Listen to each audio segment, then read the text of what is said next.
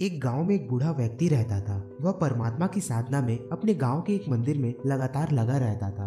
वह 70 वर्षों तक परमात्मा की साधना में लगातार लगा रहा। वह सुबह शाम जब भी परमात्मा की साधना का वक्त होता था वह मंदिर में मौजूद होता था। सारा गांव उस बूढ़े व्यक्ति के इस साधना से अवगत था। वास्तव में मंदिर व साधना करने वाला एक ही हो गया था। गांव का कोई भी व्यक्ति उस बूढ़े व्यक्ति के बिना मंदिर और मंदिर के बिना उस बूढ़े व्यक्ति के बारे में सोच भी नहीं सकता था। वह सुबह शाम दिन का अधिकतर समय वही रहता। वह अपने गांव से कभी भी नहीं हिला। सारा दिन वह परमात्मा की साधना में डूबा रहता। यहाँ तक कि यदि वह कभी बीमार भी होता तो भी वह मंदिर जाने से नहीं चूकता। वह मंदिर तो आता ही। तभी एक दिन सुबह उसे मंदिर में नहीं देखा गया तो सारे साधना करने वालों ने सोचा कि एक ही बात संभव है कि वह बूढ़ा व्यक्ति मर गया। दूसरी कोई भी संभावना ही नहीं है। उसने सालों साल कभी भी अपनी साधना नहीं छोड़ी थी। वह परमात्मा की साधना के वक्त मंदिर में मौजूद होता। इसलिए सभी साधना करने वाले उस बूढ़े व्यक्ति की झोपड़ी पर गए। उन्होंने सोचा था कि यह तो पक्का ही है कि वह मर गया है, वरना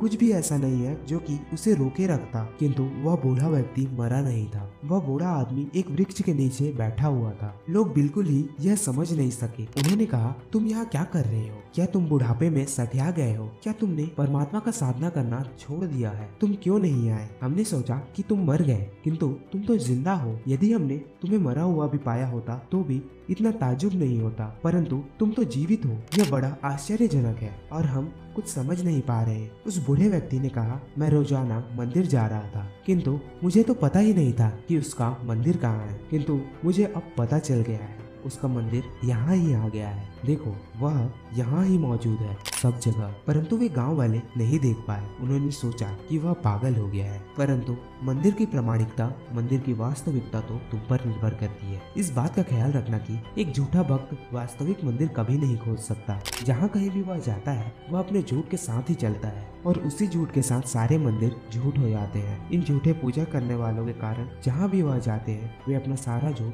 अपने साथ ले जाते हैं। एक सच्चे साधना करने वाले के लिए तो वह जहाँ कहीं भी जाता है वही उसका मंदिर होता है और वह क्षण ही उसका परमात्मा होता है। इसलिए सब जगह उसकी प्रतीति कर लेना ही यही संकेत है उस परम वास्तविकता का, उस परमात्मा का।